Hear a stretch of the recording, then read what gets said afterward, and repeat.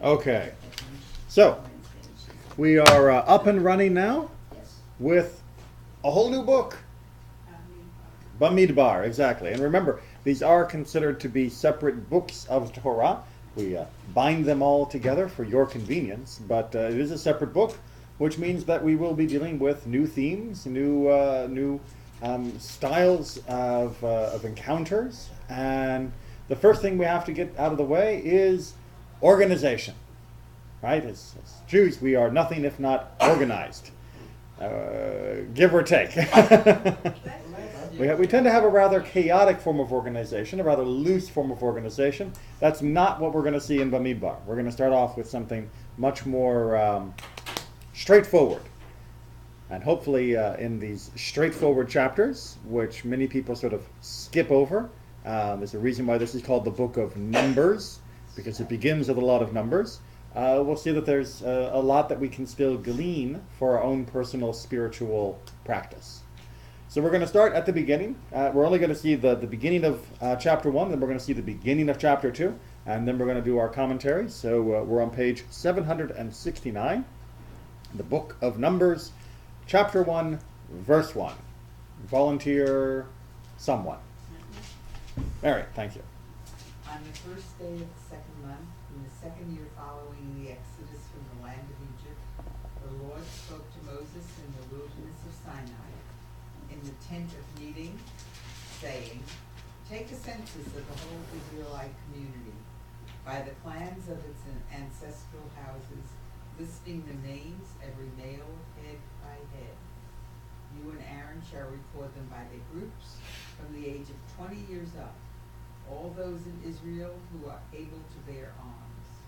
Associated with you shall be a man from each tribe, each one the head of his ancestral home. These are the names of the men who shall assist you." All right, so before we get to the names, you can practice while I do a little talking here. Why are we doing the census here? What's happening in the timeline, in the narrative? Okay, well, we got more to it than just wanting a population. So we left Egypt, right? That's the beginning of our Exodus. And we're going to get to the land of Israel. But, didn't expect to see you at this time of year. Welcome back. Thank you very much. It's good to see you. So we left Egypt. We're on our way to Israel. We had this detour at this place called Mount Sinai. And we got there. This is not drawn to scale. How long did it take us to get from Egypt to Mount Sinai? Please, what time of year are we dealing with right now? What's that? 40 years. 40 days. 40. Well, if we're going to time it to the giving of the Ten Commandments, then we're going to go from Passover to Shavuot, which is a total of 50 days. Right? 50 days. So, what's that? They were making good time. They were making good time. We get to Mount Sinai, and we stay at Mount Sinai for a period of time as well, which was just described, during which we build the Mishkan, the tabernacle. We inaugurate the Mishkan and begin the series of sacrifices.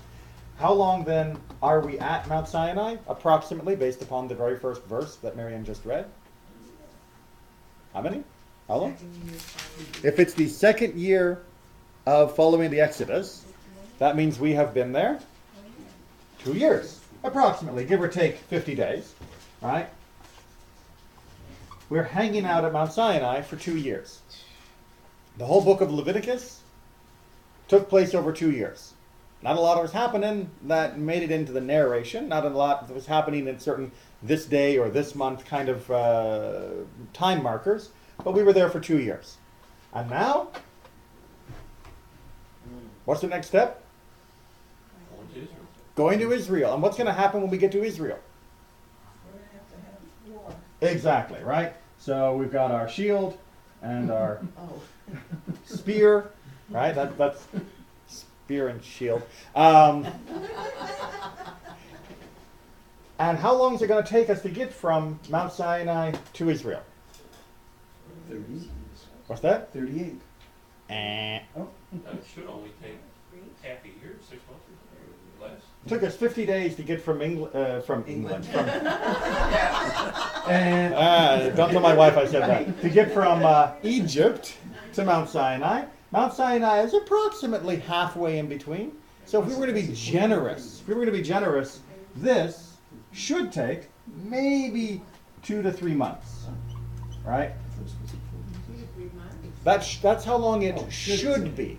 It should be.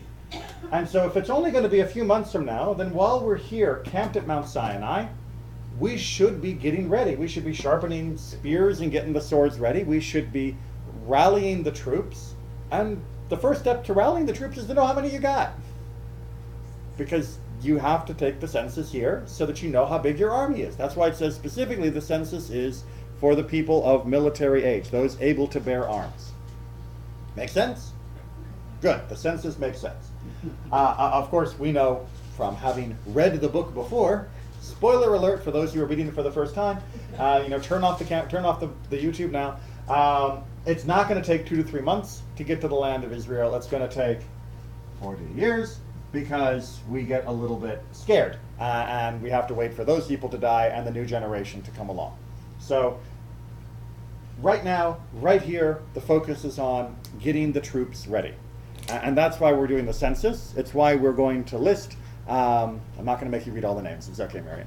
It's why we're going to have a list of all of the names of the heads of the different tribes, because those will be the umbrella unit that the people will be organized by. And it's why we need to then have the detailed list of how many men able to bear arms come from each of those tribes. Make sense so far?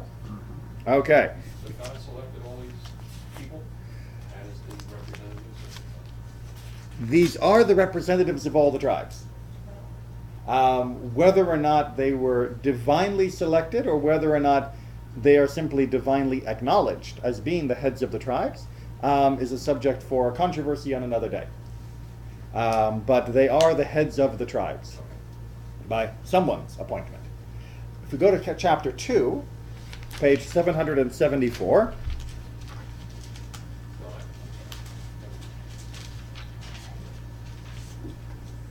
the Lord spoke to Moses and Aaron, saying, the Israelites shall camp each with his standard under the banners of their ancestral house.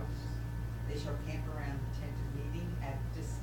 All right, so chapter 2 is the thrilling account of who gets to put their tent where. So the middle tent, of course, is going to be the tent of meeting, but around that's the tent, you're going to have some tribes camped to the north, or some tribes camped to the west, south, and east. And that's going to be their organization, not just for encampment, meaning when they park at each night, but it's also going to be their marching order of how their troops will be arrayed as they march forward. Because at any point, they could come into contact with people that will be adversarial to us. And we get into that in later chapters. So we got the whole idea here? And we're marching under exactly the standards, the banners, the dego of the different tribes. You got to imagine 12 of them total, right? Or not quite, because Levi didn't quite have it, but these were the ways to organize the tribes so that they would know who was where and how they were moving and where each man needed to be in order to properly march. In the days of old, of course, the actual marching, when the people were moving, this would have been an entirely male group, and all the women and children or elderly who were too old to fight would be in the rear. They would be bringing up the back, but this was your army in front, and then you had your camp followers behind. Yes? Where are the Levites? Where are the Levites? The Levites, we sort of skipped that passage. Thank you for bringing it up. The Levites perform a sort of guard of honor right around the Ohel Moed, right around the tent of meeting. That's their primary function, to protect it and to carry it when moving is sort of their main job. Any other questions, comments? No? Seems pretty straightforward. Okay. Why? Why this? I mean, come on. Work with me here, people. What's your tribe? I know you know your tribe, but if you're not a Kohen and you're not a Levite, what's your tribe? We don't know. Israelite, right? Well, Israelite's not a tribe. Israelite is your nation. Your tribe would be Dan, or Gad, or Asher, or Binyamin, or Yehuda. How do we find out? How do you find out? You don't. Because we are now completely mixed. The tribes of Israel are no longer known. There's a few people that claim to have genealogies that can indicate their tribe, usually if they came from a particularly famous house that made it very clear what their tribe was. But apart from the Levi'im and the Kohanim, who are actually from the same tribe, the Levites, the rest of us don't know our tribe. The rest of us are mutts. We're mixed. And we get along okay right now, right? I mean, it's not that bad. Why in the world would God have preserved the tribal arrangements? Why would it be important that the Ephraimites would be marching with other Ephraimites? Who cares? Right? If you got a sword, pick it up and you march. And as long as people know where they are, and you're, unit 25B, it doesn't matter that you're unit 25B rather than, the family of so-and-so who's in the tribe of God. And yet, we are spending an awful lot of time categorizing people by tribe and then arranging them by tribe under their family's banner. Is it because once they get into Israel, they'll be settling the territories, the land? Absolutely. They once they get into the land of Israel, the land will be allotted as tribal areas. Why? But didn't the different tribes have different characteristics and attributes? Like some were seafarers, some were merchants, some were warriors. So according to the blessings that the tribes received from Jacob, there were characteristics associated with each of his children. But just because Zebulun was considered to be of the ocean, does that mean everybody who was from his tribe was a sailor? No, you needed somebody back home making nets. You needed somebody who was selling the fish. You needed someone who was doing other things. That not all tribes were 100% homogeneous. They were not all the same. And yet, the land will be divided by the tribes. They'll be arranged for battle by the tribes, and they'll be walking under those banners for the rest of their life. And in fact, the only thing that eventually destroys this whole model of tribal affiliation is foreign invader. Sennacherib, the Assyrian emperor, destroys the northern 10 tribes and scatters them to the four winds and sends many of them as refugees down into the southern kingdom of Israel, or southern kingdom of Judah, to be precise. And then, of course, when the Babylonians destroy the south, everybody gets further mixed, which is why we're now all called Jews, which is Judah, the tribe of Judah, even though who knows whether we're each individually from the tribe of Judah or not. We all just became one big mob. But back then and even today in modern times, tribes were your identity, your family. Tribes fought one another. Unfortunately, yes. Our own tribes were not always so good at getting along with each other, and not just the actual brothers. We know the story of Joseph and how that went, but even later in the book of Judges, you'll see many instances where the tribes don't cooperate as much as they should, and in other times are outright hostile to one another, and that's a problem.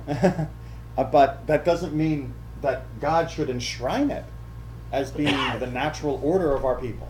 So I want to posit that when God preserved this at the time, it may have been done for cultural reasons, that the people could not see beyond their tribe to the fullness of the people of Israel. But B, that God was also trying to give us, 3,000 years later, non-tribal identified Jews, just generic as you were, a spiritual lesson. That there is something that's being taught here other than just how we organized our groups. And that's what we're going to dive in to now. There you go.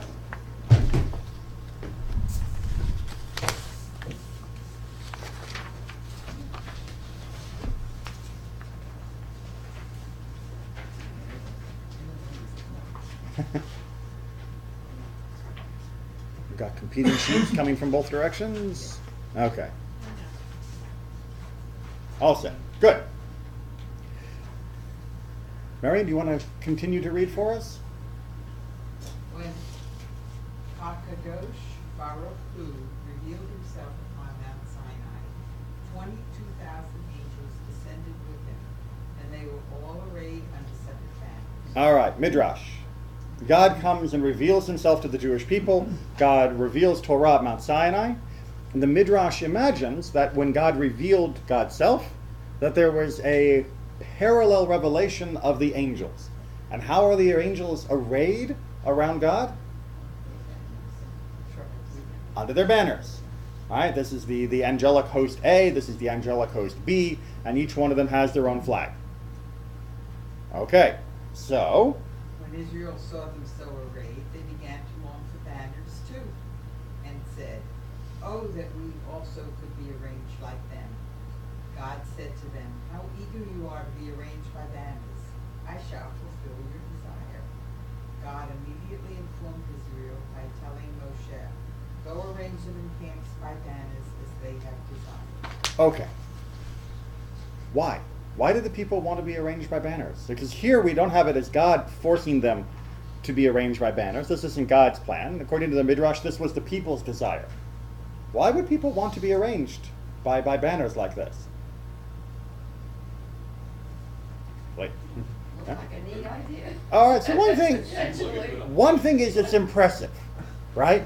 Anyone who's ever gone to a Renaissance fair or a medieval reenactment or a Civil War reenactment, perhaps, when you see groups arrayed in neat rows and organized with a flag above them, and they're marching crisply across the field, it is impressive. It fills you with a certain pride and martial spirit, whether you like it or not, to see people who are so beautifully arrayed in that way. Opening days ceremonies of the Olympics. Opening ceremonies of the Olympics, thank you, is something that all of us have seen. When people march in under the banner of their countries, who can't be impressed? I'm glad you said that, because the only thing I could think of are those baseball games or football games, on each side, each one has their banners, and they're sort of, putting, "I'm for the Yankees, I'm for the..." Well, that's more of a mob. Yes. Isn't But- it sort of leading to that? I don't know. Well, no, the idea here is that there is an organization that is impressive, and that the people were impressed by. Before this, the way battles were fought was mob against mob, everybody screaming and yelling and waving guns and running at each other. The idea of military organization, the table of organization and equipment, was so that each, obviously, unit would know what to do, and you could make a plan, and you could have, battles with plans. They actually had plans. They weren't just, our 80 guys are going to attack your 80 guys, and we'll see who's left standing. Right, that was the way battles used to be fought. Correct. And if you check out the Facebook pictures from our Lag BaOmer games, where we had, as part of that, our kids in phalanx formation, they were practicing fighting against the Hellenists as the Maccabees did, you'll see that the difference between a mob and actually an organized group, which was hard to get them into an organized group, is impressive. That, if you have 20 people who are marching 5 abreast, 4 rows deep, it is a much more formidable group if they are working together than just having 20 people in a big group all charging forward. And the Israelites seem to understand this intuitively. Why the Romans? Why do the? Because it works. Because it worked. Because it works. But there's something else here that I think they were also picking up on that was inspiring them, but was also tempting them. That is to say, there was a negative side to this, which is maybe to go back to Harriet's example of being a sports fan. When you say, I am under, and I'm not trying to pick on anyone, but I'm under the Yankees banner, because I can draw a Y very easily,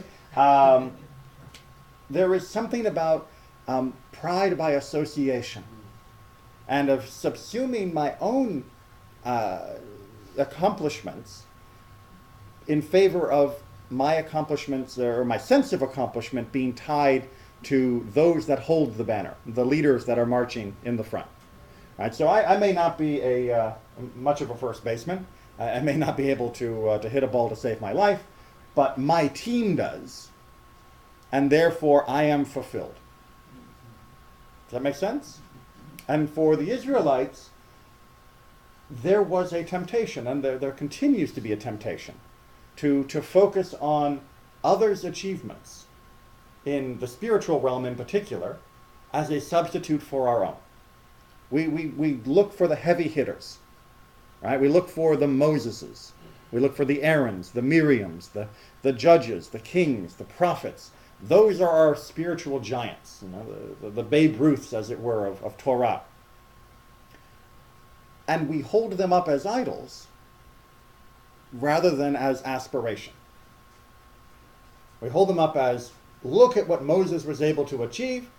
I believe in the Torah that Moses gave us, therefore I'm done. And this organization has within it not just the temptation, but also the solution, which is the census, that each and every individual who made up all of these ranks played an essential role in making up all these ranks. And so we're going to look at some texts that try to help remind us of that. But any questions before we delve into that? Was this a new idea, or is this, or were the Egyptians also, had they organized armies and? The Egyptians did have organized armies. They were not as well organized as would later come under Greek and Alexander the Great, or then later still by the Romans. But the Egyptians did live in a time when having people in units was becoming the way that you fought wars. So it wasn't a complete revolutionary idea, but it was new to us. Because remember, before we left Egypt, when we first arrived in Egypt, we just arrived as 70 people. We weren't organized as anything. There was Dad, and then there were 12 kids, and then all their families, and we just sort of mobbed our way into the land of Egypt. And coming out, we're coming out in a very different model. And we want to make sure that as we come out, the model does what it needs to do, which is organize us for the settlement of Israel, but that the model doesn't erase the individual need of each and every person. Okay, so onward to our second text. Hillel serves to convict the poor. Rabbi Elazar ben Arson, the rich, and Joseph the wicked. All right, lovely phrase, right? Hillel serves to convict the poor. Don't even think of Hillel as that. Okay, what do you mean he convicts the poor? Right? Hillel is there as an exemplar in order that anyone who is poor will be accused against. Read the text and we'll see. To the poor man may say, how come you did not engage in Torah study? If he says, I was poor and preoccupied with earning my living, they say to him, were you ever poorer than Hillel? Every day he would work as a day laborer and earn a pittance. Half he paid for tuition to the bouncer at the vet. You had to pay to get in. The other half Right? It's called university, right? Tuition, trust me. Half a pittance wouldn't get you through the doors of UCF, so let alone Harvard. So they would have bouncers. The other half he spent for food for himself and his family. All right, so if someone is poor and they say, well, you know what? I can't engage in Torah. I can't live a full Jewish life. Why? Because I'm too busy working. Really? You ever heard of Hillel? You're poorer than him? He was able to become a great rabbi. Why not you? That you can't simply offload the responsibility of being a great Jew because your circumstances aren't perfect. Because we have examples of other great Jews who had most likely worse circumstances than you. In addition to Hillel, we also have To the rich man they say, how come you did not engage in Torah study? If he says, I was rich and preoccupied with managing my funds, they say to him, were you ever richer than Rabbi Elazar? His father left him 1,000 towns on shore and 1,000 ships at sea. You think that guy was busy, right? You think you're busy with all of your investments. You think you're busy with all of the work that you have to do at the office and, you know, the new case of this and the conference here. Really? You think you're busier than this guy was? And yet he chose and found a way to still live a full and great Jewish life. So knock off the excuse. To the wicked person, they say, how come you did not engage in Torah study? If he says, I was good looking and preoccupied with fulfilling my sexual desires, they say to him, were you better looking than Joseph? It's like, look at me. How could I have time for studying Torah? I was so gorgeous that everybody wanted me. The deck was stacked against me because of my beauty. That's, I know, an unusual complaint for someone to make, but that's how they visioned it. And they said, well, look, Joseph was gorgeous, and yet he was able to overcome the advances over and over and over again of Mrs. Potiphar. So why not you? Why not you? It's a text that is trying to strip away the excuses that we make for our own participation as an individual under these banners. That yes, there are banners, and yes, there are others who are greats and giants, but I also have a position to play. I have my own responsibility. Questions? Comments? So are you trying to say that I trust you, Rabbi, you observe Shabbat, you keep kosher, you do it for us? Yeah, that doesn't work. It doesn't? No, that doesn't work. Judaism does not believe in vicarious fulfillment of mitzvot. That's another faith, not ours. We believe that the individual is responsible for the individual. But more than that, what we're trying to say, what I'm trying to say with these texts, what our sages have tried to say, is that you have more within you than just the minimum as well. You can't simply say, well, I didn't engage in Torah study, but sure, I wasn't, not for the wicked guy, but I wasn't bad. I was poor but honest, and I never cheated anyone, and I was always faithful to my spouse, and da-da-da-da. That's great and all. But just squeaking by with the minimum level of Jewish life, you can do better than that. And don't give me this "I'm poor" excuse. Because we know people who are poor that have done much better than that. Like Hillel. Rather a famous guy. Okay, next text. Rabbi Raphael of Barshad said, This is a later Hasidic rabbi. when I get to heaven, they'll ask me, why didn't you learn more Torah? And I'll tell them that I'm slow with it. Then they'll ask me, why didn't you do more kindness for others? And I'll tell them that I'm physically weak. Then they'll ask me, why didn't you give more tzedakah? And I'll tell them that I didn't have enough money. But then they'll ask me, if you were so stupid, weak, and poor, why were you so arrogant? And for that, I won't have an answer. Great quote. I know. Right. Oh, I can't help with that. I'm not really that bright, and no, I'm not really that strong, so I can't really help, my neighbor move, and I can't really donate anymore because I'm so poor. So why do you keep putting on airs? Right? If you're so stupid, poor, and weak, why were you so arrogant? Stupid as a fox. Stupid as a fox. Indeed. Because what is he actually talking about here is not my inability to perform the mitzvot, but my unwillingness to do so. But we do acknowledge, we are righteous enough that we don't want to just say we don't want to do it. We have to find a reason why we can't do it. And then it's, if only I could, then I would. You all remember the very famous song from If I Were a Rich Man from the Fiddler on the Roof, right? What is the greatest thing of all that he says, if I were a rich man? Time to sit and study. Time to sit and study all day, right? That would be the sweetest thing of all. Well, I'm sorry, Tevye, but we have examples from that exact time period of woodcutters that every day at the end of their woodcutting would meet and study Mishnah together.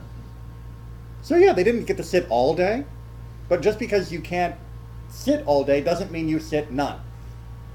Just because you're working yourself to the bone doesn't mean that you don't have a little bit extra in you to do a little bit extra. And if you think you don't, then you're finding an excuse. You're not actually describing reality. I don't know if this is appropriate or not, but what I don't understand in light of all Mhm. this is how we have students and scholars who do sit all day and study, Mhm. do not work, and the wives have to work, and the families have to contribute. How do they rationalize all that? Poorly. They rationalize it poorly, in my opinion. The difficulty becomes that when you take these texts and more besides that we're going to be looking at and others that aren't even on the page, and you realize that every single person has the obligation to be a Torah superstar, that is an amazingly empowering feeling.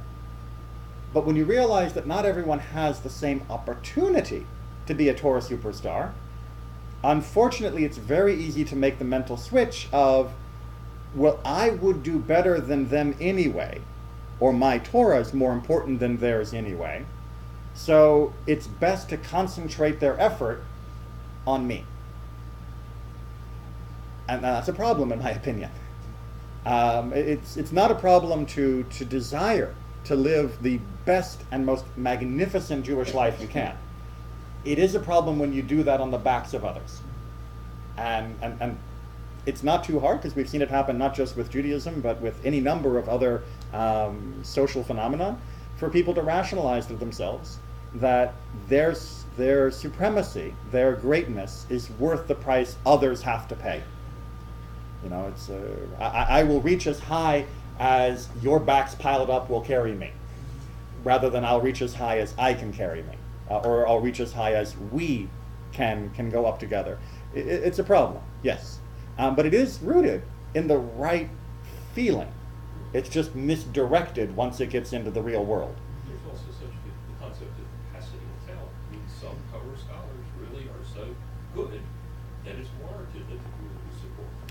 Thank you for the segue, right? So some Torah scholars are truly geniuses, right? They are the minds of a century, and they will be able to contribute through their study and their writings and their teachings amazing things to their own communities, to the Jewish world at large, and for generations to come. But we're not all Rambam, and we don't all have those contributions to make. And are there any other mitzvahs than Torah study that we can be doing, that we can be the champion of? That I may not be, the heavy artillery guy over here, the big Bavli Gemara Talmud guy, but I might be just as important over here doing something else in this army that maybe doesn't make such a loud boom when I do it, but it's nevertheless a mitzvah that needs doing, and I can be its champion. Which leads us to our next text. Thank you for that segue. Said Rav Nama, may I be rewarded for observing 3 meals on Shabbat? Said Rav Judah, may I be rewarded for observing the requirement of true introspection and prayer? Said Rav Huna B.R. Joshua, may I be rewarded for never walking 4 cubits bareheaded? Said Rav Sheshet, may I be rewarded for carrying out the mitzvah of tefillin? Said Rav Naaman, may I be rewarded for carrying out the mitzvah of tzitzit? Said Abaye. Abaye, may I be rewarded for when I see a novice rabbi who has completed his tractate, and make it a festival day for the rabbis. Okay.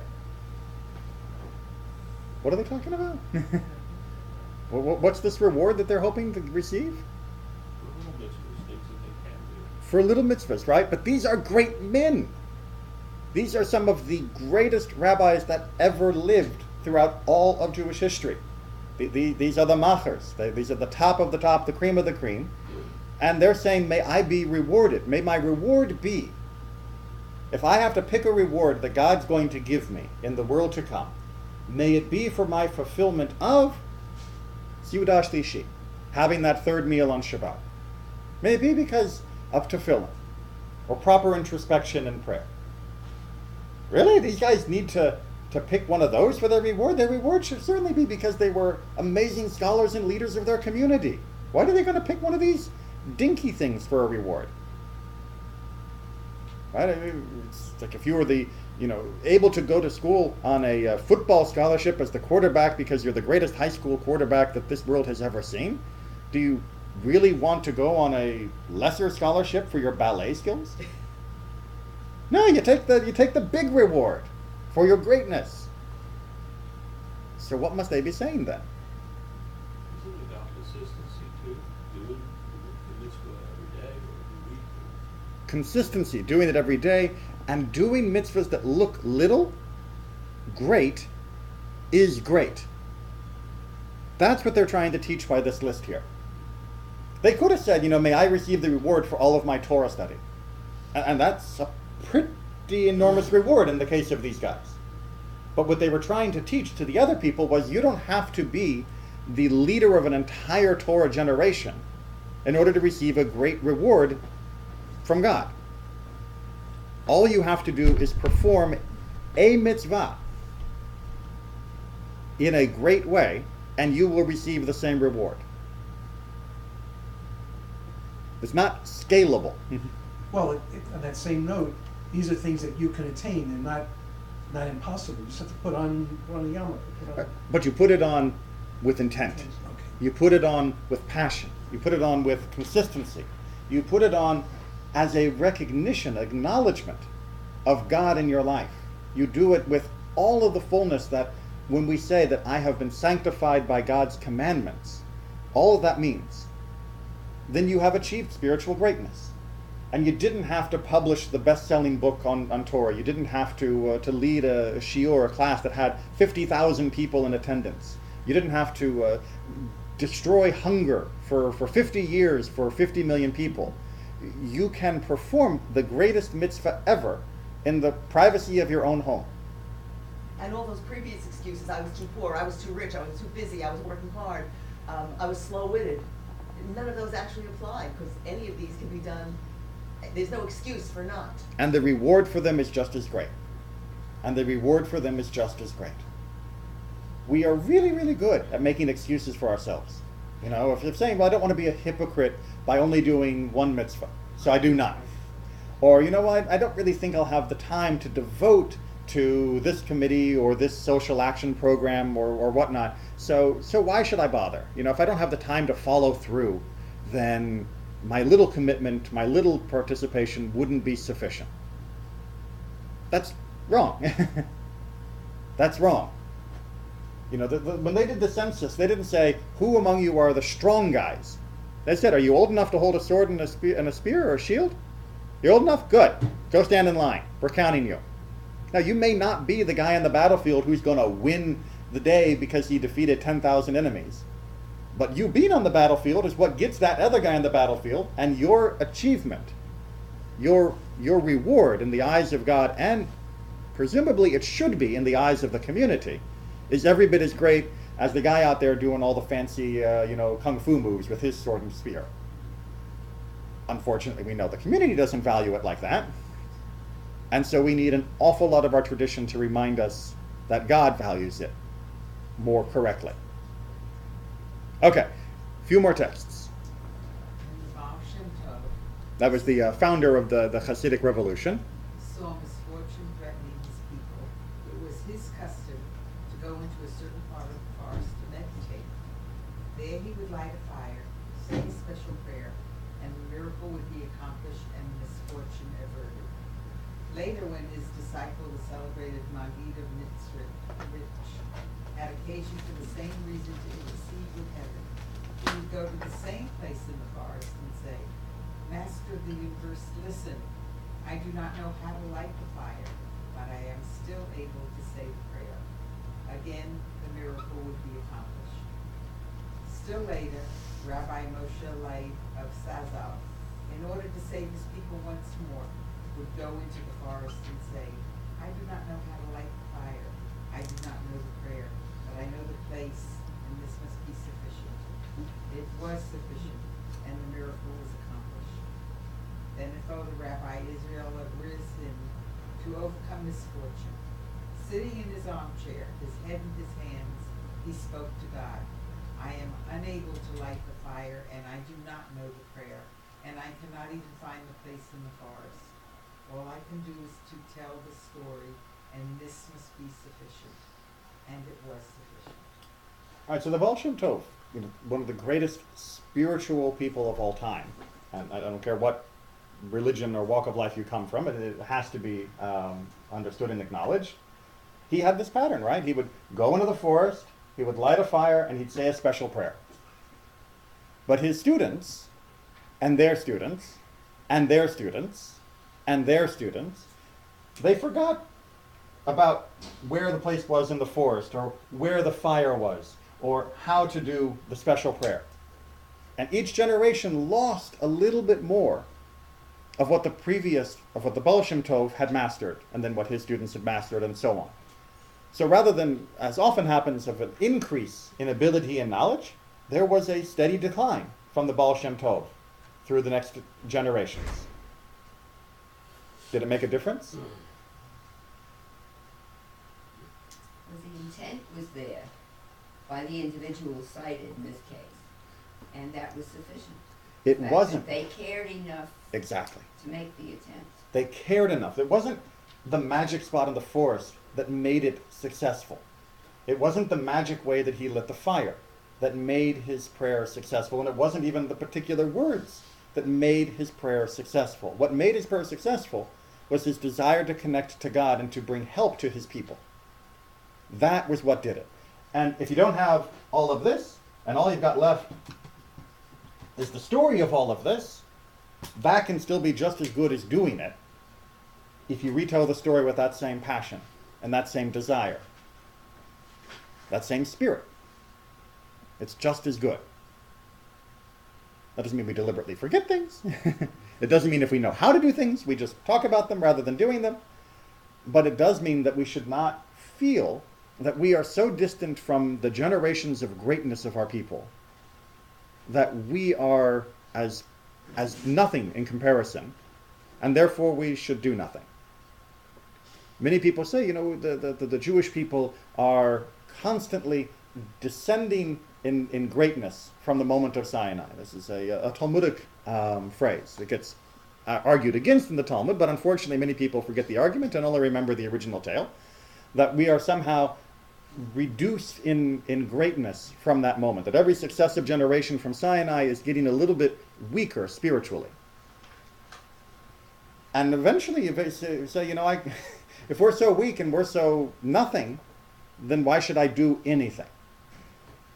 What I'm hoping that you'll see is that when we describe this arrangement of the census and of the camps of the Israelites, that what God was trying to tell us was, show up for the call, take your place in line, fight to the best of your ability, and I'm on your side, you'll win. But you don't get to just sit at home and let the greats go out and do it, or let me do it for you. You still have to show up for the call. When the bugle goes, you go. And you'll find your way to be magnificent. Last text on this idea. When Rav Zuzia was dying and all his students were gathered around him, praying and crying, Zuzia also began to cry. And one of his students said, Rav Zuzia, why are you crying? You have lived a righteous life. You have raised up students, and you will be received into the world to come. Right, so let's make sure we understand the poignancy here, that the students know why they are crying. They're crying because their mentor, their leader, their Rav is dying. And he will no longer be able to be their living Rav when he's gone. So that's a good reason to cry. But why should he cry? He's had a full life. He's done everything that could possibly be done. He is a magnificent person. He's wonderful. This is not a person who should be worried about what happens when he passes through the proverbial pearly gates. But Rav Zuzia answered his students, I am crying because now I understand that if God will ask me, Zuzia, why weren't you like Moses? I'll have a ready answer. Lord, you didn't give me the potential you gave to Moses. If the Almighty will ask me, Zuzia, why aren't you like Maimonides? I will also have a ready answer. Lord, you neither gave me the gifts, nor did you place me in a position similar to Maimonides. But the Master of the universe will not ask me these questions. He will ask Zuzia, why weren't you like Zuzia? I know, it's fun to say. Yes. Why weren't you? Why weren't you the best you could be? I think there was one too many yous in there. Yeah. That's the question that God asks all of us. And it's not only when we pass, but every single day that we wake up. So many times we say no when we're asked to do something because we feel I can't really do it as well as it should be done. You feel inadequate to the task. Yeah. Absolutely. And it's wonderful that our people are so humble that we recognize that most of us are not anywhere near gifted and talented and capable enough to perform the task that God has given to us with the skill and the fulfillment that those tasks are deserving of. But I'll give you a clue that you look around the room, there's no one else more capable than you. When it comes maybe for heavy lifting, then maybe you're off the hook, Marion. But, but for almost everything that is asked of us within a community, within our families, within our broader construct of humanity, we are almost as good as even the best. The relative difference between one person's capability and another for the mitzvot. I'm not talking about winning the World Cup. I'm not talking about being a concert pianist. I'm talking about for doing the mitzvot, for doing what God has asked of us.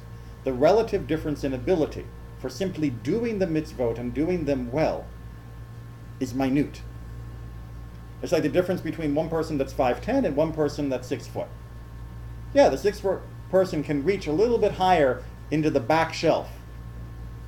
But the 5'10" person can probably reach the back shelf not too bad either. And if they get a step stool, they get a step stool. No one's asking either of them to reach to 80 feet off the ground. When we think that someone else could do it better, we are imagining that someone else will. And that's a fantasy.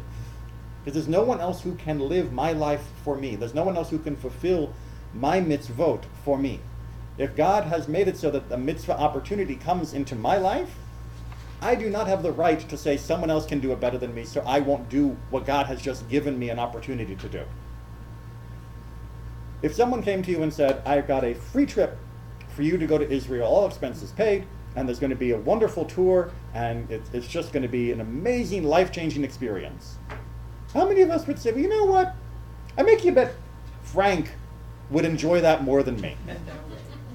We'd say, thanks, great, when do we leave? Every mitzvah is the same. This is a spiritual opportunity that has been carefully given to us in our life.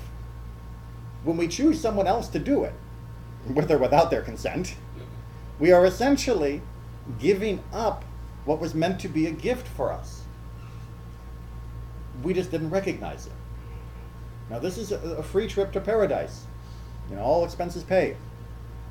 We just have to say, yes, that's right, you called my name when you said that I won the lottery. But we fade in, I erased my map. We fade into the throng, and when the banner advances, we think, oh good, they're going to go fight. That'll save our people. Rather than, okay, here we go, and I will find my way to be within this group. It's a balance to be part of the group, to be part of the banner of our people, and to stand as a whole, as well as to be an individual who recognizes their own strengths, their own abilities, and their own way to be a champion in one or more mitzvot, and to be like the rest of us and all the others. Find your mitzvah or mitzvot, find where you will be a superstar, where you will be a champion, and recognize that this is something that you can do better than others, and that all the other things you will do as well as them. And then nothing will get left undone. It's just that easy. Call now, operators are standing by. Thank you very much. Thank you.